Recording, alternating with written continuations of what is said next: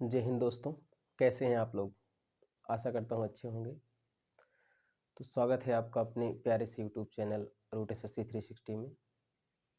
जैसा कि थंबनेल पर देख ही लिया होगा कि आज कौन सा टॉपिक लेकर आए हैं, ठीक है। और उसमें से वैसे मैं कोशिश करता हूँ कि जितनी सवालें हैं प्रश्नसत्ता की, जितने भी कॉन्सेप्ट की, सारी सवालें अच्छी अच्छी बताई जाएँ और उसी बेस्ड पर जितनी भी सवालें होती हैं वो पूछी जा सकती हैं, ठीक है।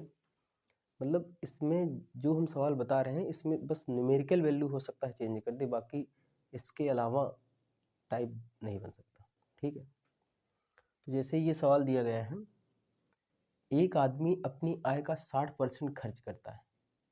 अगर उसकी आय 15% बढ़ जाए और खर्च 15% बढ़ जाए तो उसकी बचत में कितना बदलाव आएगा, ठीक है। तो 60% वो स्टार्टिंग में खर्चा करता था। देखो, अगर 60% खर्चा करता है तो 60% कितना होता है? 60% होता है कितना होगा? 60/100, ठीक है। यहाँ से 2 तिहाई 6 और 2 पंचे 10, मतलब 3/5, ठीक है। तो 3/5 यानी कि 5 जो है उसकी आय और उस 60% खर्च करता है, यानी कि 3 भाग वो खर्च कर देता है, ठीक है। ये खर्च है। तो 3 वो खर्च करता है और 5 उस कमाता है। यहाँ देखो इसको कैसे करेंगे। पहला नंबर तो यहाँ लिखेंगे आय, यहाँ लिखेंगे खर्च और ऐसे इधर हो जाएगी बचत। भाई जो आय है, जितना खर्च करेगा आय से खर्च को माइनस कर देंगे, बचत उसकी कितनी है वो हमें पता चल जाएगा। अच्छा, आय है उसकी 5, लेकिन हम 5 नहीं, इसको हम मानेंगे 500, 100 से मल्टीप्लाई करा देंगे, ठीक है। क्योंकि वो जो बढ़ रही है परसेंट में बढ़ रही है, तो अगर 100 से मल्टीप्लाई कराएंगे तो उसका परसेंट निकालना आसान हो जाए। क्योंकि परसेंट निकालने, जैसे मान लो 500 है, 500 को 15% निकालना है हमें, तो 500 का 15%, परसेंट माने बटे 100, तो ये 2 जीरो से 2 जीरो कट जाएगा और 15×3 = 75, ये हमें पता चल जाएगा, ठीक है। तो वैल्यू आसान हो जाएगी हमारे लिए। इसलिए इसको हम क्या करेंगे, इसको मान लेंगे कि ये 500 है और 300 वो खर्च कर रहा है, मतलब 3 तो 300 खर्च कर रहा है। बचत कितनी है? 200 की, ठीक।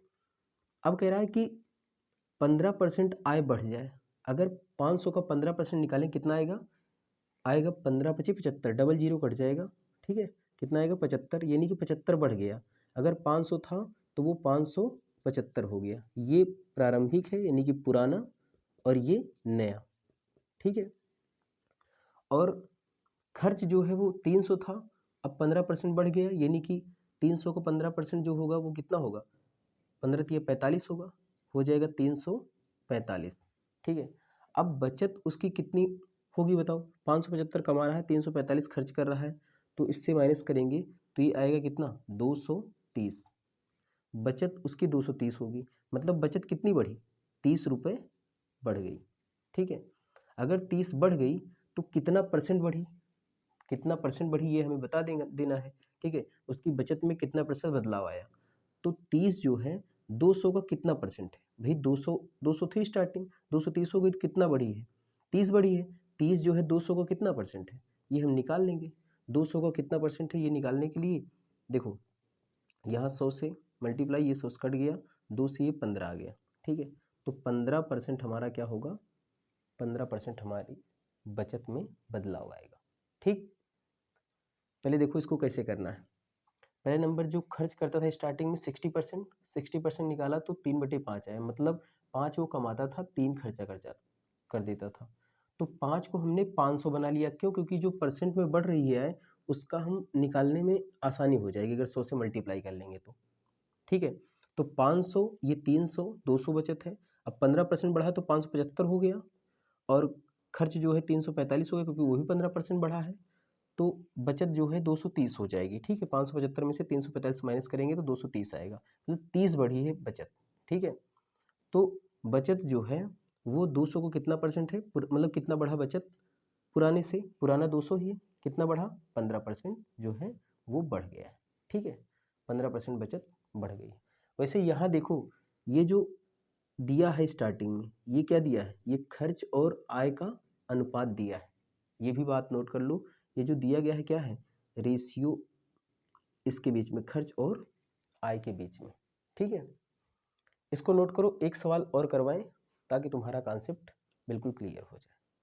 इसको नोट करो जल्दी से।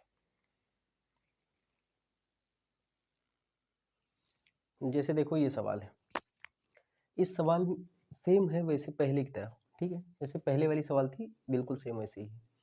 दिया गया है एक आदमी अपनी आय का 75% खर्च करता है।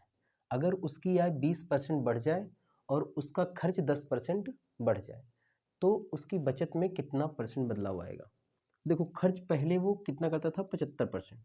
ठीक है, तो 75% कितना होगा, 75% वैसे देखो ये आसान है, 3/4 वैसे याद होना चाहिए। याद क्या, मैंने निकालना भी बताया था और पहला वीडियो शॉर्टकट में बताया था कैसे परसेंट को भिन्न रूप में आसानी से कर सकते हैं। ठीक है, तो 3/4 है, पर हम यहाँ पर जो लिखेंगे आय, खर्च और ये बचत जो है ये लिखेंगे, इसको हमने कहा 100 से मल्टीप्लाई कर लो तो ये हो जाए कितना, 400। वो 300 खर्च कर रहा है। ठीक है, तो बचत कितनी होगी उसकी, 100 रुपये की। ठीक, अब कह रहा है कि उसकी आय 20% बढ़ जाएगी। अगर 400 को 20% निकालेंगे तो 80 आएगा। ठीक है, वैसे 4 दूना 8, वैसे 20 चौक 80, सीधा कर दो, 2 जीरो कट ही जाएगा। 20 चौक 80 ही मल्टीप्लाई करना होता है, 20 चौक 80, तो ये 480 हो गया। ये मतलब पुराना है और ये नया, ये नया है। ठीक है, 480 और 10% उसकी खर्च भी बढ़ रहा है 10%, तो 10 तिहाई 30, यानी कि ये 330 हो जाएगा। तो बताओ बचत कितनी होगी, बचत अब हो जाएगी 150 की। तो बचत कितनी बढ़ी, ये जो है 50 रुपये, 50 रुपये नहीं 50 उसकी बचत बढ़ गई। अब ये रुपए में नहीं क्योंकि हमें परसेंट निकालना है। ठीक है, हमने माना है केवल, बस केवल, तो 50 बढ़ गई बचत। इसका मतलब 50 जो है वो 100 का कितना परसेंट है, 50 100 का जो है देखा जाए तो 5 दूना 10, यानी कि 1/2, 1/2 जो होता है वो 50% ही होता है। ठीक, 50% उसकी जो है बचत बढ़ गई। ठीक है, यहाँ देख लो ये खर्च और आय का अनुपात है, इतना समझो। देखो 75% वो जो है क्या करता था, खर्च करता था, मतलब 3 खर्चा कर देता था, 4 बचाता था। मतलब 4 उसकी आय थी तो 3 वो खर्च कर देता था। 4 अगर आय है तो 400 उसको हमने कहा कर लेना। क्यों, क्योंकि 100 से मल्टीप्लाई करना ताकि परसेंट निकालने में आसानी हो जाए। यहाँ खर्च 300, बचत कितना होगा, 400 में से 300 घटाएंगे 100 रुपये। ठीक, अब 20% ये बढ़ गई तो 80 बढ़ गया, यानी कि 480 हो गया। 10% ये खर्च बढ़ गया तो इसका मतलब 330 हो गया, 30 रुपये बढ़ गया। ठीक है, तो ये जो बचत है वो कितनी हो जाएगी, वो 150, यानी कि बढ़ी कितनी, 100 थी पहले, 150 हो गई, इसका मतलब 50 बढ़ गई। ठीक है, और 50 अगर बढ़ गई तो 50 100 का कितना परसेंट होगा, जो है 50 जो है 100 का 50% होगा। ठीक है, आई बात समझ में। इसको भी नोट करो। हम इसलिए कहते हैं कि इसको नोट करो, दूसरी सवाल बताएं ताकि तुम्हारा कॉन्सेप्ट क्लियर हो जाए। क्योंकि जितनी सवाल लगाएंगे, सवालें प्रैक्टिस से ही आएंगी। अगर एक टाइप पर 2-4 सवालें लगा लिया जाता है तो जो है कॉन्सेप्ट हमारा क्लियर हो जाता है और उस टाइप के सवाल फिर आने लगती है। और हो सके तो इन सारी सवालों को नोट करो, ज़्यादा समझ में आएगा। ठीक है, और ज़्यादा अच्छे से क्लियर होगा। इसको भी नोट कर लो। तो अगली सवाल बताएं।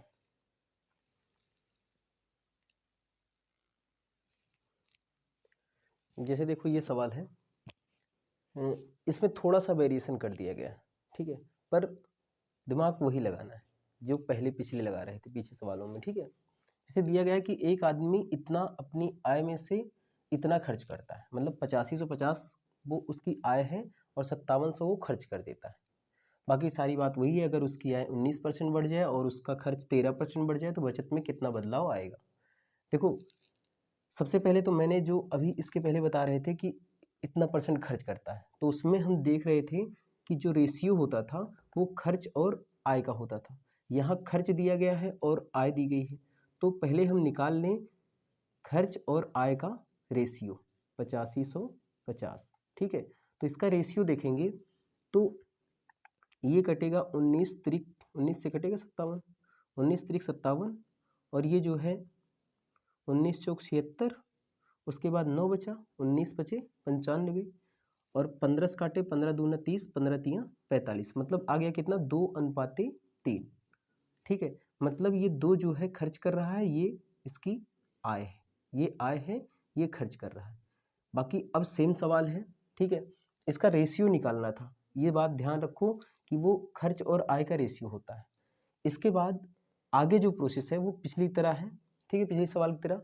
इसको लगाने के बाद तुम्हें बताना है इन चारों ऑप्शन में से कौन सा ऑप्शन सही होगा, ठीक है, और इसका जवाब कमेंट में देना है इस सवाल का। इसको नोट कर लो सवाल, ठीक।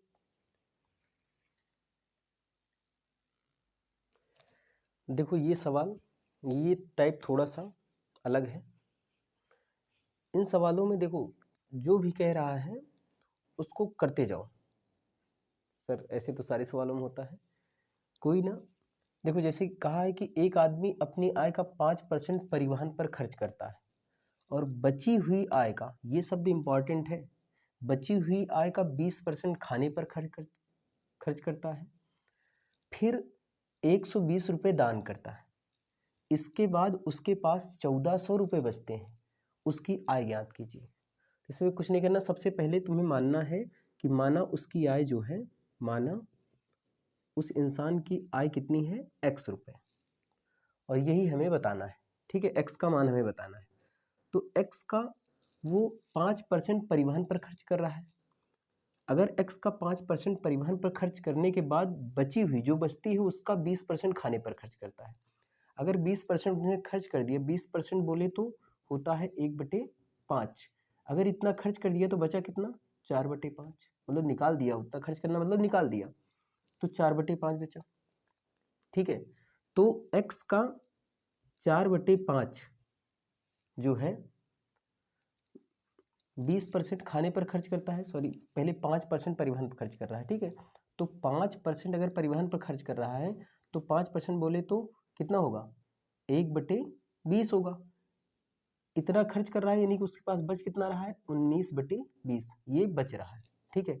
20 में से 1 चला गया, 19/20 वो बच रहा है। तो बच रहा है कितना, 19/20, x का 19/20 जो है बच रहा है। अब जो बचा उसका 20% खाने पर खर्च करता है, 20% खर्च कर दे रहा है, फिर जो बचेगा उसमें से 120 दान करता है, ठीक है। तो अगर 20% खाने पर खर्च कर रहा है तो 4/5 उसका बचा। अब जो बची हुई राशि थी उसका कितना बचा, 4/5 भाग बच गया।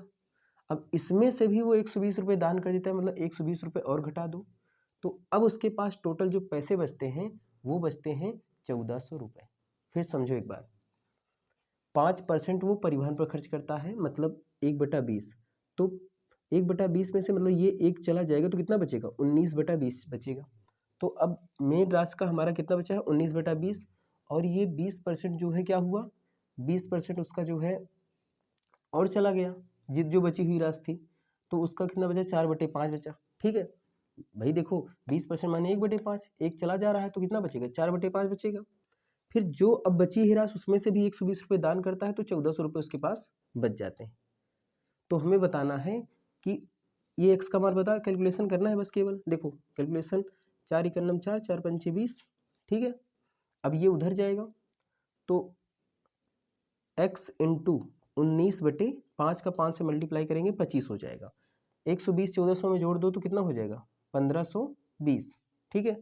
अब देखो पहले तो काट ही लो ज़्यादा सही, 19 से काटो, 19 अट्ठे 152, यहाँ 80 आ गया, 25 का 80 से मल्टीप्लाई करो तो 25 अट्ठे 200, तो ये हो जाएगा कितना, 2000 जो है उसकी आय है, 2000 रुपये, ठीक है।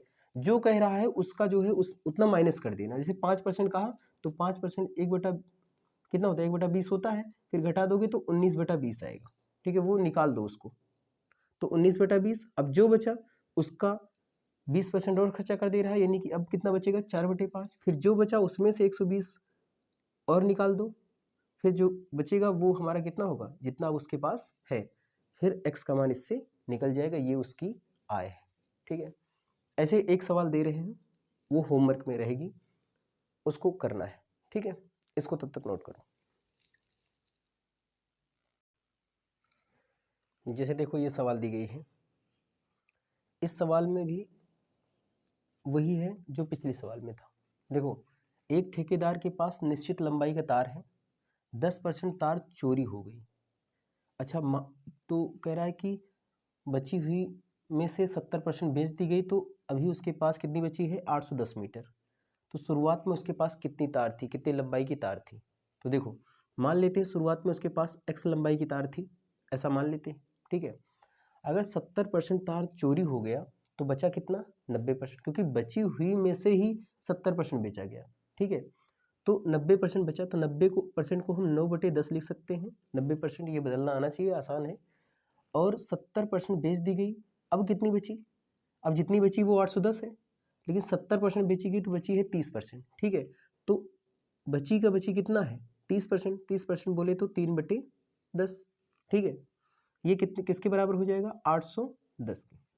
इसको देखो, 9 त्रिक 27, 9 त्रिक 27 का मल्टीप्लाई करो, ये इधर कट जाएगा, बटे में आएगा। 27 3 81, और इसका इधर मल्टीप्लाई होगा तो x बराबर हमारा आ जाएगा कितना?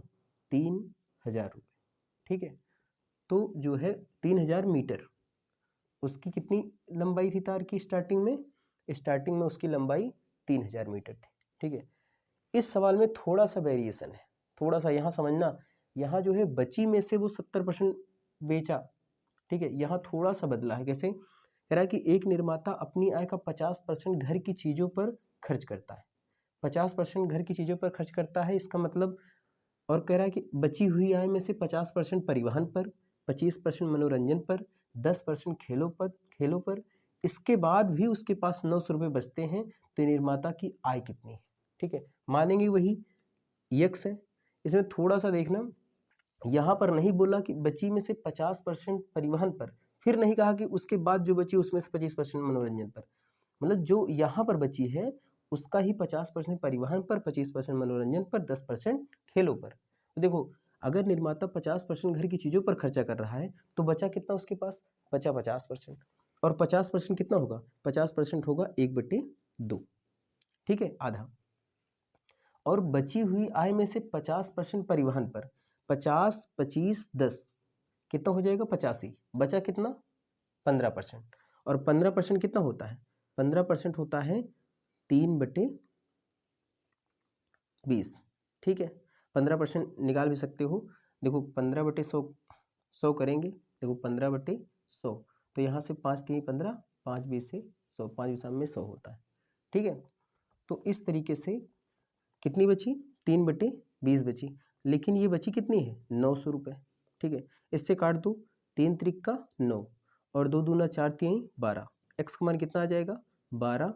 उसके बाद 1 2 3 0, 12,000 रुपये वो कमाता था, ठीक है। यहाँ देखना, जो इसके बाद बची उसी का 50% परिवहन, 25% मनोरंजन, 10% खेलो, तो इन तीनों को हम क्या करेंगे? जोड़ लेंगे। देखो, इन सारी सवालों को बताने के लिए कुछ जो है रेशियो मेथड बताएंगे, पर रेशियो मेथड से जाने से क्या होगा कि थोड़ा सा दिक्कत हो जाएगी, ठीक है। पर इससे लगाओगे बहुत आसान है, सिर्फ तुम्हें ये ढूंढना है अब कितना बच रहा है। देखो 50% अगर घर की चीज़ों पर खर्चा कर दिया तो 85% बचा, 1/2 लिख दिया। और 75%, देखो 85% इधर खर्चा हो गया तो बचा 15%, जबकि 900 रुपये बचा है, तो 15% उसका करके 900 रुपये बराबर कर दो, तो हल करने पर एक्स का मान कितना आ गया? 12,000 रुपये, ठीक है। इसको नोट करो, इस तरीके से 1 2 सवाल होमवर्क में दे दें, ठीक है, इसको नोट कर लो।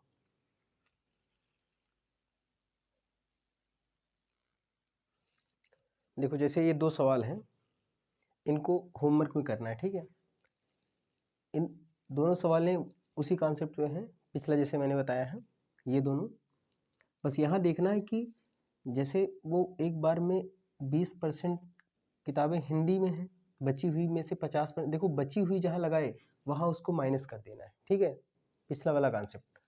तो इन दोनों को होमवर्क में करना है, और इसका आंसर जो है कमेंट में बताना है। देखो ऑप्शन भी दिए गए हैं, कौन सा ऑप्शन सही है वो बताना है। इसका आंसर कमेंट में जवाब देना है।